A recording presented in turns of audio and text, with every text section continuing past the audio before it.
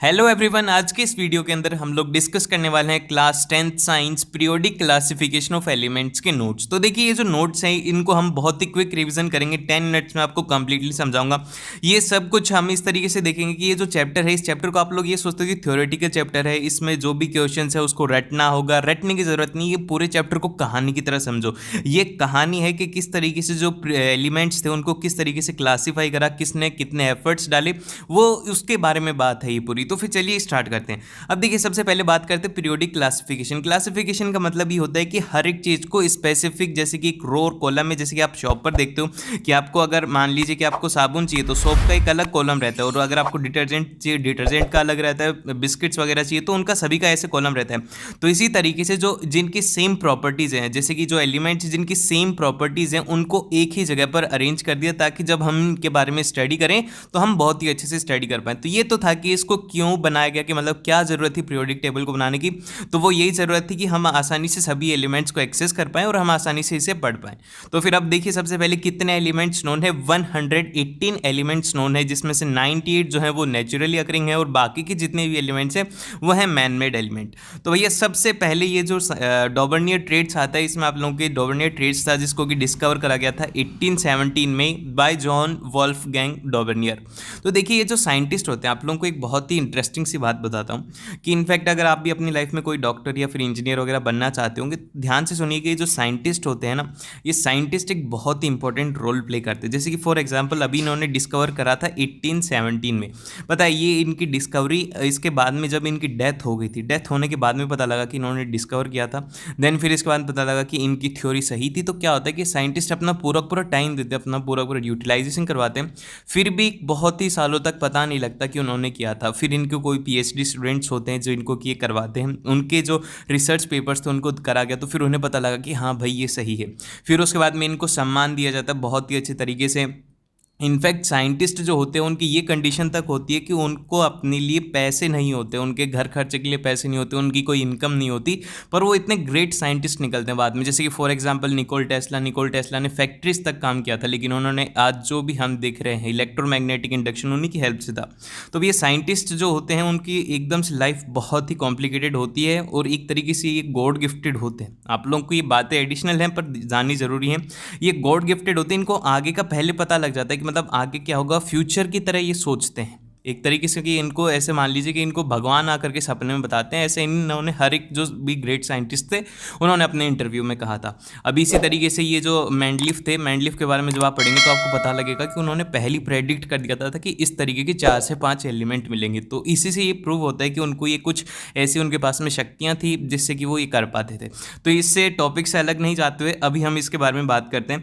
अब देखिए, सबसे पहले ये था कि he arranged the elements with the similar properties into the groups के अंदर इन्होंने डिवाइड करा। और इसका ट्रेड का मीनिंग क्या रहती है, ट्रेड की डेफिनेशन क्या रहती है, इन्होंने ये आइडेंटिफाई करा कि जो सेम ग्रुप्स थे जिसके अंदर 3 एलिमेंट्स थे उसी को ही इन्होंने क्या कह दिया, ट्रेड। ठीक है।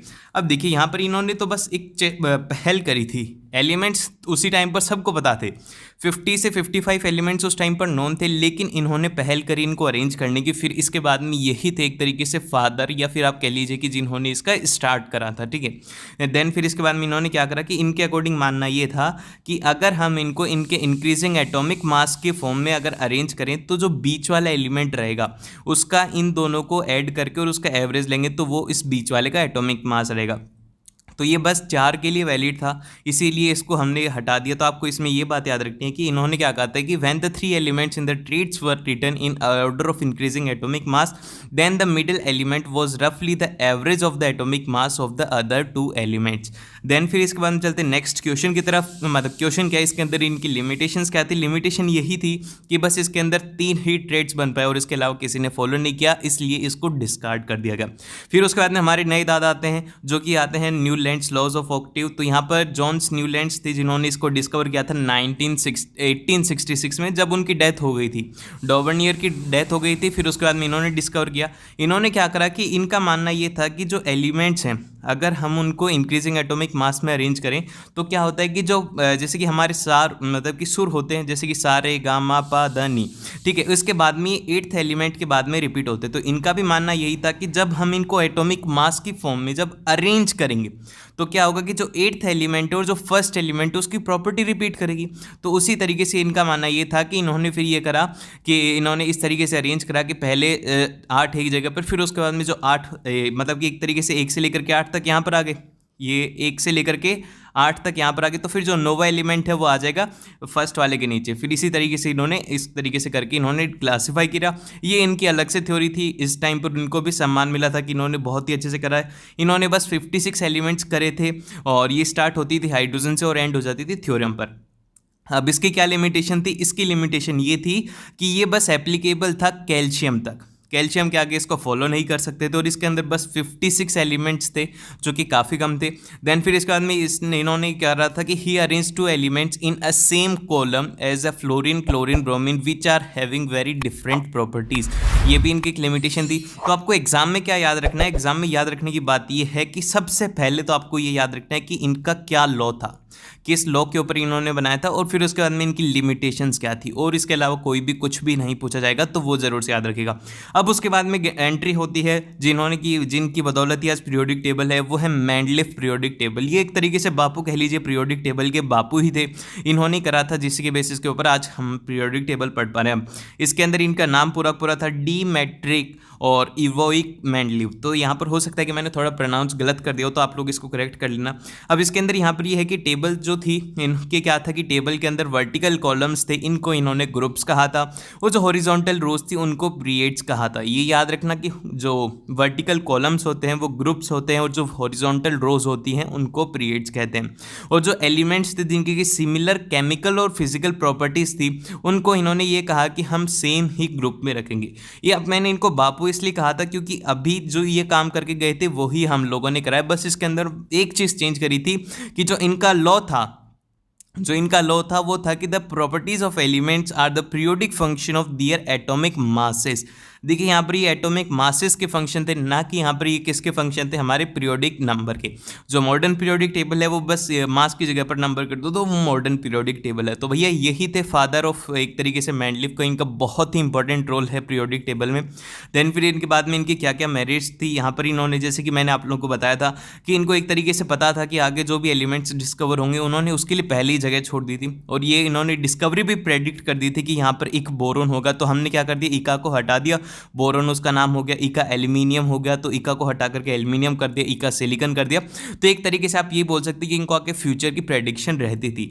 देन फिर इसके बाद जो नोबल गैसेस थी could be placed without the disturbing the order. तो नोबल गैस के लिए भी इन्होंने अलग से छोड़ दिया था कि नोबल गैस को भी अगर इनकी टेबल बनेगी तो उसके अंदर अलग से इनके लिए जगह रहेगी। देन फिर इसके बाद मेरा एक क्वेश्चन है आप लोगों से, जो मॉडर्न पीरियोडिक टेबल है उसमें नोबल गैस का ग्रुप नंबर क्या है? ग्रुप नंबर क्या है मॉडर्न पीरियोडिक टेबल के अंदर? नोबल गैसेस का ग्रुप नंबर क्या है? ये आंसर आप लोग मेरे को कमेंट सेक्शन के अंदर जल्दी से बताइए, देखते हैं कि भैया कितने लोग आंसर दे पाते हो जल्दी से कमेंट सेक्शन में कि नोबल गैस का ग्रुप नंबर कौन सा है। ठीक है, ये जरूर से बात याद रखिएगा।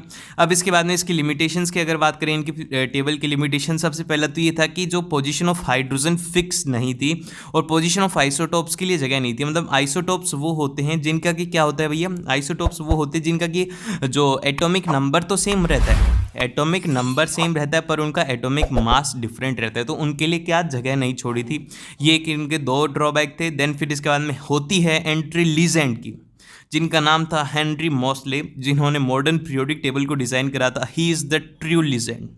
इनके लिए लिखना ज़रूर से बनता है भैया ये ट्रू लीजेंड है, क्योंकि इन्हीं की बदौलत आज हम ये पीरियोडिक टेबल पढ़ रहे हैं। अब आप लोग बोलेंगे कि क्या भैया आप ये इनको बोल रहे हो? देखो भैया इनकी पूरी ज़िंदगी निकल जाती है जब जाकर ये कोई रिसर्च कर पाते हैं, और हमारे पास में तो एक पेज भी नहीं है इनकी रिसर्च का। आप तो एक एक पैराग्राफ पढ़ेंगे और आप उसके बाद में भूल जाएंगे कि किसने करा था, लेकिन इनकी तो पूरी लाइफ निकल गई थी।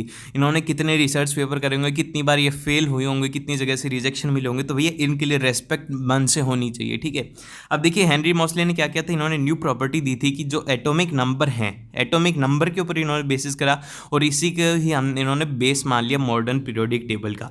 अब मॉडर्न पीरियोडिक जो लॉ है ये थोड़ा इंपॉर्टेंट है, ये 2-3 बार पूछा जा चुका है, 2017-18 में पूछा जा चुका है, इसको इसको थोड़ा ध्यान से देखिएगा। इसमें ये कहा गया था कि इन्होंने कहा था कि जो पीरियोडिक एलिमेंट्स हैं, properties of elements are the periodic functions of their atomic mass. ठीक है, वो पीरियोडिक फंक्शंस रहती हैं उनके एटॉमिक मास के। देन फिर इसका जो नेक्स्ट क्वेश्चन आता है वो ये आता है कि इसके अंदर कितने 18 वर्टिकल कॉलम्स हैं जिनको कि ग्रुप्स कहा जाता है, जो कि मैंडलिफ की टेबल में भी था। 7 हॉरिजॉन्टल रोज है जिनको पीरियड्स कहा जाता है। और जो एलिमेंट्स एक ही ग्रुप में रहते हैं उनमें सेम नंबर ऑफ इलेक्ट्रॉन्स रहते हैं, और जो एलिमेंट सेम कॉलम में रहते हैं उनके अंदर सेम नंबर ऑफ शेल्स रहते हैं। देन फिर इसके बाद में बात करें तो यहाँ पर जो नेक्स्ट आता है वो आता है पीरियड नंबर। पीरियड नंबर क्या होता है, जैसे कि पीरियड नंबर जो रहता है वो रहता है कि नंबर ऑफ इलेक्ट्रॉन्स उसके अंदर कितने हैं, मतलब कि नंबर ऑफ इलेक्ट्रॉन शेल्स कितने हैं। अगर मान लीजिए कि हम बात करें कि सेकंड पीरियड के अंदर क्या होगा, तो सेकंड पीरियड का जो रहेगा उसका कॉन्फ़िगरेशन वो ये रहेगा कि उसके पास में 2 शेल रहेंगे, के और एल शेल रहेगा। तो फिर इसका जो पीरियड हम बोलेंगे वो बोलेंगे सेकंड पीरियड है इसका। इसी तरीके से अगर इसके पास में 3 शेल हैं, के एल एम, तो इसका आंसर आप लोग मेरे को बताइए। बहुत ही आसान है भैया, इसका आंसर बहुत ही आसान है, हर कोई आंसर दे सकता है। आंसर देने की कोशिश करो। 3 सेल हैं तो क्या होगा, यहाँ पर ऊपर ही डेफिनेशन लिखी हुई है कि periodic number is equal to number of electrons in a atom. तो देखो शेल कितने हैं 3, तो ग्रुप मतलब पीरियड नंबर कितना हो जाएगा, वो हो जाएगा 3 हो गया इसका करेक्ट आंसर। देन फिर चलते नेक्स्ट की तरफ जो कि है ग्रुप नंबर। अब देखिए आपको बस कॉन्फ़िगरेशन याद करना है और उसके अलावा कुछ भी याद नहीं करना है, वो तो बहुत ही आसान है। अब सबसे पहले बात करते हैं यहाँ पर ग्रुप नंबर क्या होता है। ये ग्रुप नंबर रहता है कि नंबर ऑफ वैलेंस इलेक्ट्रॉन्स कितने हैं। अब इसके अंदर 2 केस हैं, एक केस है जिसमें 2 से कम इलेक्ट्रॉन है और एक केस है जिसमें 2 से ज़्यादा इलेक्ट्रॉन। जब 2 से कम है तो उसके अंदर तो यही है कि सेम जितने भी इलेक्ट्रॉन, जैसे कि 1 है तो ग्रुप नंबर 1 हो गया, 2 है तो ग्रुप नंबर 2 हो गया।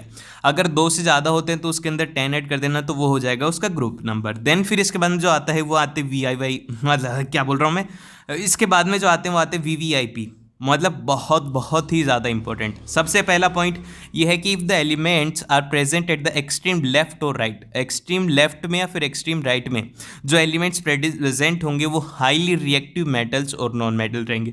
जैसे कि अगर बात करें हमारे ग्रुप नंबर 1 में, ग्रुप नंबर 1 कौन सा रहता है, ग्रुप नंबर 1 जो है वो यहाँ पर है एल्कली मेटल्स का।